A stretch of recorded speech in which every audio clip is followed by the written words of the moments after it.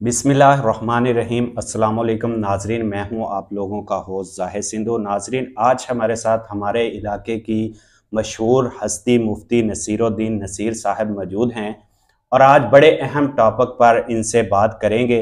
मुफ्ती साहब, सबसे पहले तो आपका बहुत बहुत शुक्रिया कि आपने हमें टाइम दिया। बारकल्लाह खैर अता फरमाया आपको।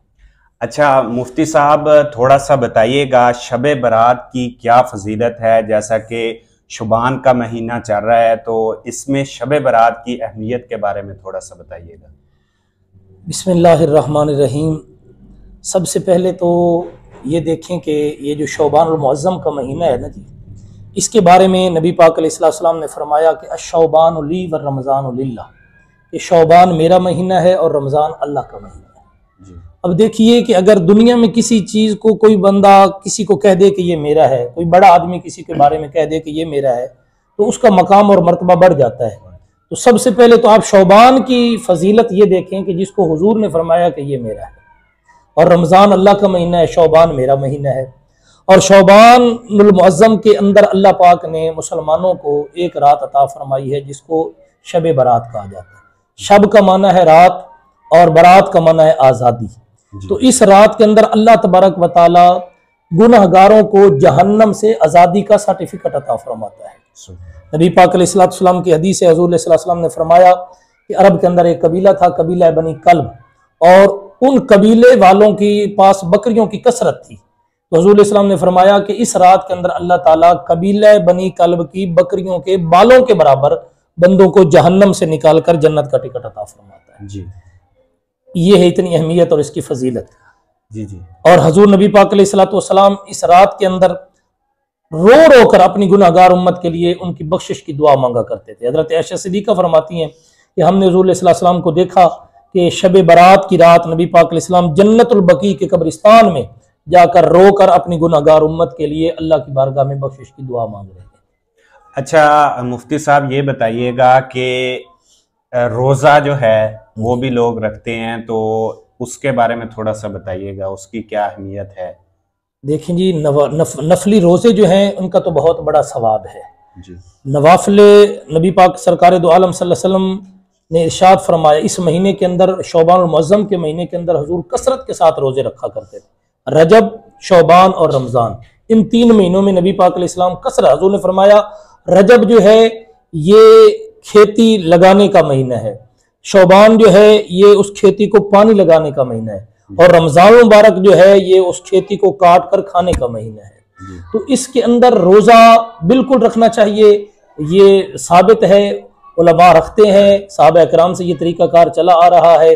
और नबी पाक अलैहिस्सलाम ने फरमाया कि जो बंदा 3 रोजे शौबान की इब्तिदा में, 3 रोजे शौबान के दरमियान में और 3 रोजे शौबान के आखिर में रखता है तो अल्लाह तबारक व तआला उसको 70 इबादत गुजार बंदों के बराबर उसको सवाब अता फरमा देता है। और अल्लाह ताला उसके, दूसरी हदीस में आता है कि 70 साल के बराबर अल्लाह ताला उसको अजर अता फरमाता है जो इस महीने के अंदर रोजे रखता है। तो उलमा ने लिखा कि शब बारात रात को इबादत की जाए अल्लाह की बारगाह में और सुबह रोजा रखा जाए तो इसका बहुत बड़ा अजर और सवाब है।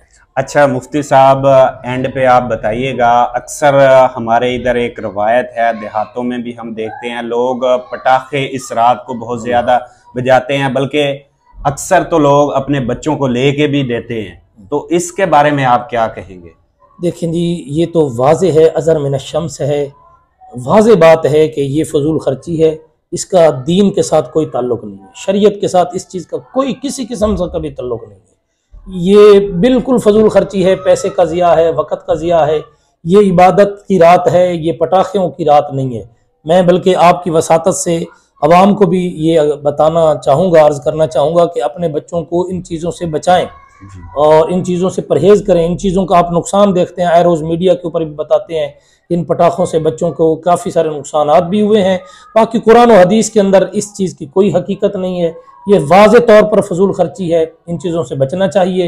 ये पटाखों की रात नहीं है, ये अल्लाह की बारगाह में इबादत की रात है और अल्लाह की बारगाह में से मांगने की रात है जी। बहुत बहुत शुक्रिया आपका सर। और ये एक मैं हदीस पाक आपको सुना देता हूँ क्योंकि आगे ये कल शब बारात है और आगे रमज़ान का महीना आ रहा है जी। एक बड़ी बेहतरीन हदीसें तो सारी बेहतरीन है, जी। लेकिन नबी पाक अलैहिस्सलाम का एक मुझे फरमान याद आ गया।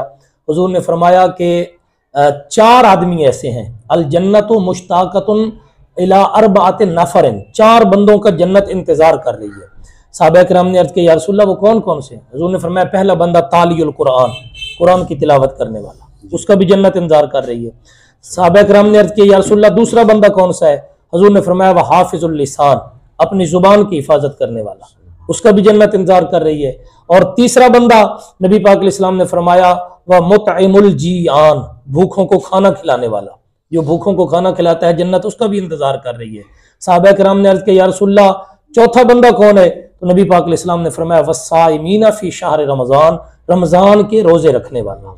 तो अभी से अगर हम स्टार्ट करेंगे, शौबान के महीने में रोजे रखेंगे, जुबान की हिफाजत करेंगे, भूखों को खाने खिलाएंगे और कुरान पाक की तिलावत करेंगे, तो शौबान की इबादत का भी सवाब मिलेगा और आगे रमजान की भी आमद है। अल्लाह हमें अमल की तौफीक अता फरमाए। जी सर, बहुत बहुत शुक्रिया। अल्लाह आपको सलामत रखे, अल्लाह बरकतें अता फरमाए। जी नाजरीन, ये थे मुफ्ती नसीरुद्दीन नसीर साहब, और जिन्होंने बहुत ही अच्छे अंदाज में शब बारात की फजीलत जो है वो बताई आप लोगों को। अगर आप कोई भी कमेंट करना चाहते हैं किसी भी मसले के बारे में, तो आप लोग इस वीडियो के नीचे कमेंट करके लाजमी पूछ सकते हैं, ताकि हम मुफ्ती साहब को दोबारा ज़हमत दें और इनसे दोबारा टाइम ले सकें। इसी के साथ अपने होस्ट जाहिद सिंधु को दीजिए इजाज़त, मिलते हैं नेक्स्ट वीडियो में। अल्लाह हाफ़िज़।